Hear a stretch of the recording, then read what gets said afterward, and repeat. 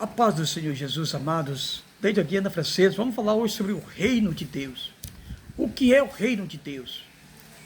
O reino de Deus, amados, é o governo de Deus sobre os homens. Tem o reino de Deus e o reino dos homens. Ou seja, o reino de Deus hoje está implantado na terra junto com o governo dos homens. Ou seja, Deus governa sobre o seu povo e o mundo governa sobre as pessoas. Ou seja, Jesus governa sobre os seus súditos, Satanás governa sobre os seus seguidores, aqueles que rejeitam a palavra, rejeitam Cristo. Mas as pessoas muitas vezes, elas dizem, eu também dizia muitas vezes, que esse mundo é muito injusto, que parece que Deus é injusto porque pessoas boas morrem e pessoas ruins sobrevivem. Então por que existe tanta miséria? Por que existe tantas coisas ruins acontecendo no mundo? Onde está Deus, afinal de contas? Por que Deus deixou que tudo isso acontecer? Ele não está vendo o que está acontecendo no nosso mundo? Por que as pessoas estão sofrendo? Pessoas boas estão morrendo, assassinadas, atropeladas por drogas, doenças, tantas coisas más. Mas eu quero dizer para você que não foi isto que Deus planejou para nós, que nós cultivamos isto, porque quando Deus, o governo de Deus, ele começou duas vezes na terra. Deus duas vezes na terra foi o governo do seu povo. O primeiro governo de Deus foi lá no Jardim do Éden. Foi um governo de paz, de prosperidade sobre Adão e Eva, sobre imortalidade, não havia morte. Adão tinha domínio sobre todas as coisas no planeta Terra. Adão foi o governante desse planeta Terra, onde Deus era o seu rei, certo? Tudo estava sob o domínio de Adão, amados. Os animais do campo, as feras, os peixes do mar, os grandes animais marinhos, as aves dos céus. Não havia limitação física para Adão. Não vai imaginar que Adão andava de cavalo, que nós andamos para visitar o seu rebanho. Não. Adão era como os anjos. Ele se locomovia de uma forma espiritual. A Bíblia diz que Jesus é o segundo Adão. O que foi que aconteceu com Jesus depois dele ressuscitado? Ele estava no cenáculo, Jesus atravessou a parede e disse: Pai, seja convosco. Ou seja, não tinha estrutura física, limitação física para Adão. Tudo estava ao alcance. Como é que Adão conseguia andar esse planeta todo? A velocidade da luz, a velocidade dos anjos. Como os anjos se locomoviam, assim Adão. Era um homem ilimitado. Não era limitado como nós. Então colocou tudo. O que aconteceu? Ele jogou tudo fora. Deus disse apenas para ele: não coma da árvore do conhecimento do bem e do mal. Ele comeu e trouxe a desgraça para o mundo. A maldição não caiu sobre ele, caiu sobre a terra. O que Adão perdeu foi a imortalidade. Porque o que tornava Adão imortal era a árvore da vida que estava no meio do jardim, junto com a árvore do conhecimento do bem e do mal. E ele foi tirado do jardim do Éden por isso, conforme o próprio Deus diz, para que porventura, nesse estado, ele não coma da árvore da vida e viva eternamente. Assim, o último mal será pior do que o primeiro. Então ele cultivou isto. E ele sofreu na pele. Passou 960 anos aí sofrendo, plantando espinhos, a cobra, que era inofensiva, os animais que eram inofensivos, agora se assustava. Agora estava rodeado de feras, suava, sentia calor, sentia frio, sentia fome, sentia sede. Ele jogou tudo fora, ele tinha tudo na mão, todo o domínio. Aí o que é que Deus fez depois dessa queda?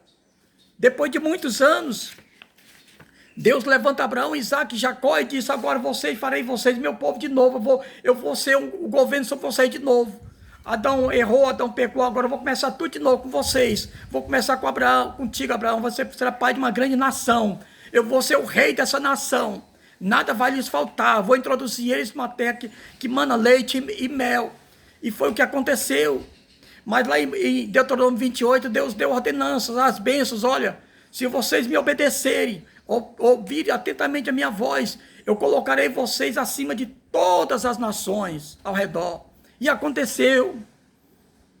Todos os povos da terra terão temor de vós, porque sobre vós está o meu nome, saberão que eu sou o vosso rei, que peleja por vós. Mas eles novamente fracassaram, eles disseram com um determinado tempo, nós queremos um rei, como todas as nações têm os seus reis, um rei humano. Aí o Senhor falou para Samuel, Samuel, não foi a ti que eles rejeitaram, foi a mim que eles rejeitaram. Percebem? E foi a derrota do povo, foram para o cativeiro, porque confiaram no homem falho, deixaram o reino de Deus, deixaram de crer no governo de Deus, que Deus seja o seu rei para um homem mortal. Que absurdo é o ser humano, ele procura, ele cavava a sua própria sepultura.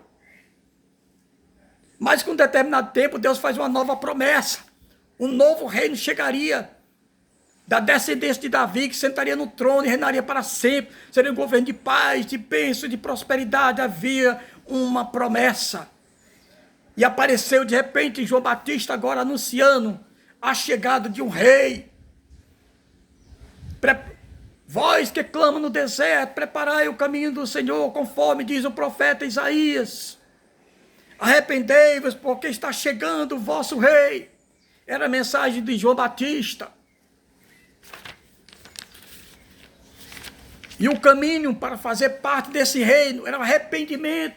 Muitos vinham para João Batista e eram batizados, confessavam seus pecados.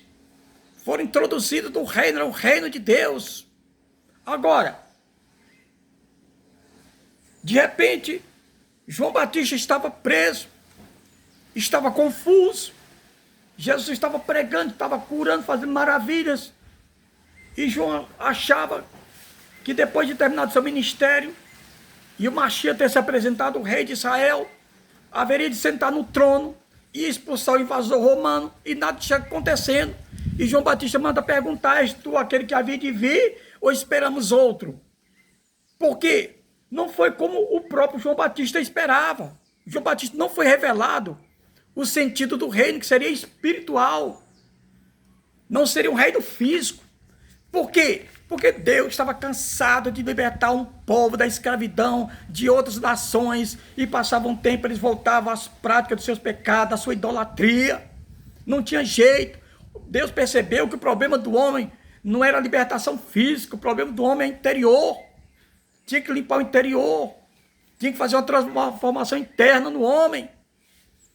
Aí veio Jesus, diga para João Batista, para ele não ficar desanimado, porque os cegos enxergam, os leprosos são purificados, os paralíticos andam, os mortos ressuscitam, e aos pobres é anunciado o evangelho do reino.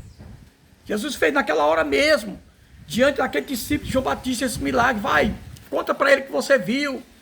E João ficou satisfeito, entendeu que o sentido do reinado era espiritual, era um reino espiritual. E no Mateus capítulo 4, 17, depois de Jesus passar pela prova, onde Adão e Eva fracassaram em pleno paraíso, no deserto, ele venceu Satanás 3 vezes.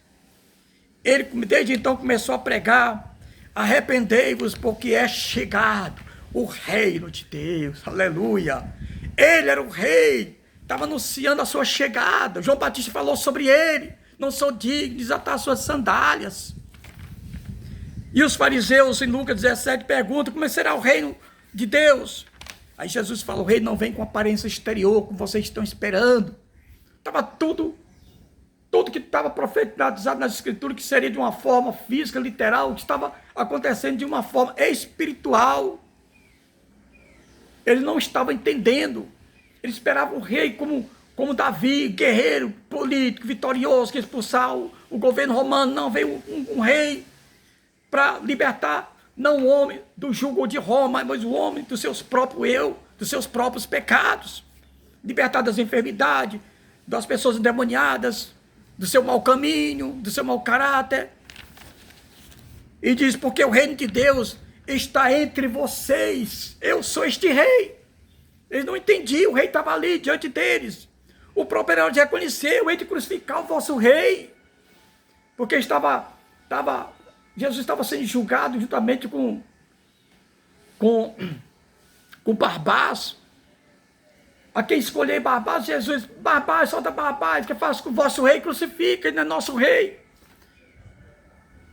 Mas quando Jesus foi pregado na cruz, o próprio Barrabás mandou colocar uma placa. Jesus Nazareno, rei dos judeus. Ele é o rei dos reis, o Senhor dos senhores. O reino de Deus amado é interior. Já veio, está entre nós. Esperamos a sua segunda vinda para ele governar sobre a terra. Um governo de paz, de justiça, onde o profeta Isaías vai dizer que a ferocidade não vai estar mais entre os animais. Os animais são seres humanos, são as verdadeiras feras que matam, estraçalham, roubam, extorquem as pessoas. Haverá o reino de paz, de prosperidade, de igualdade, que será implantada para aqueles que seguirem o caminho da salvação, que é Jesus. Por isso ele dizia, arrependei-vos, porque é chegado a vós o reino de Deus.